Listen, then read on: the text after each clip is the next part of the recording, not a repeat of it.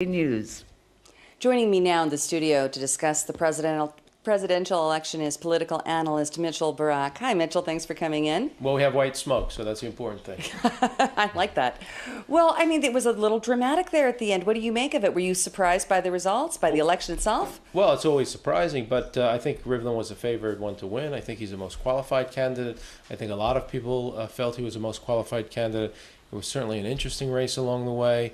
Shetreat was also a qualified candidate, put up a good fight, but in the end, I think that Ruby Rivlin had some real endorsements. I saw one from Avram Borg today, who was very far to the left, from Sheli Yachimovich, meaning he is perceived as someone who believes in democracy, someone who supports and protects minorities, even though he may have right-of-center views, and that's important.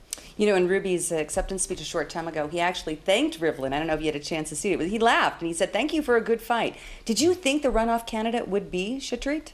I wasn't sure, meaning I've done survey research work on Mayor Shetreat back when he ran for the head of the Kadima party, and I can say that a lot of people, this is the general public, not in the Knesset, have a very good impression of him, and many of them even remembered when he was mayor of Yavne. And he certainly has a career of doing many, many things. He has a career as a parliamentarian.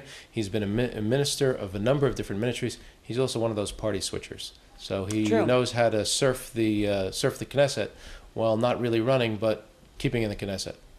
Now, you worked for a while with President Shimon Peres. Do you think that Reuven Rivlin has what it takes to be president? I think he definitely has what it takes. I mean, I think, first of all, you have to look, he was a Speaker of the Knesset for 2 terms. He was a very well-liked Speaker of the Knesset. He was someone who stood up for democracy, who was standing up for, again, Israeli minorities. The important thing also about Speaker of the Knesset is he also goes abroad. The Speaker of the Knesset goes abroad all the time to represent Israel with other parliaments and other state legislatures, and also with visiting dignitaries. So there is an international component to it. I think he is up for the job, but the presidency is basically a bully pulpit that you have to decide what your agenda is and go after it. Well, I'm going to take you on with that last statement. I think that Rivlin, for the most part, is relatively unknown abroad, and he has difficulty even in speaking English. He's very reluctant to speak English. Do you think that it's possible that he'll end up being a president of the people rather than a representative of Israel abroad? Well, I think he'll be both. I mean, if you even look at Katsav, President Katsav, who is sitting in prison right now. Yes, we don't like to talk about him in these discussions, but okay. He wasn't particularly the most outgoing international president, but yet he still functioned. He still traveled the world. He still saw foreign dignitaries and heads of state. And I think Rivlin is much better suited than he was, and is suited for it. And he's also got a great personality. And a lot of what politics is, and a lot of what these diplomatic dinners, which can be boring, and these diplomatic meetings can be boring, you know, Ruby's the kind of guy that if you want to have a beer with and watch a soccer game, that's the guy you're going to pick. And that will, he'll be able to show that in many of the things that he does. How many beers is he going to have with the Prime Minister? Because we've been sensing a lot of tension between the two. Well, I think that there was a lot of tension. I think that the Prime Minister, he was very good at right away burying the hatchet and trying to work together.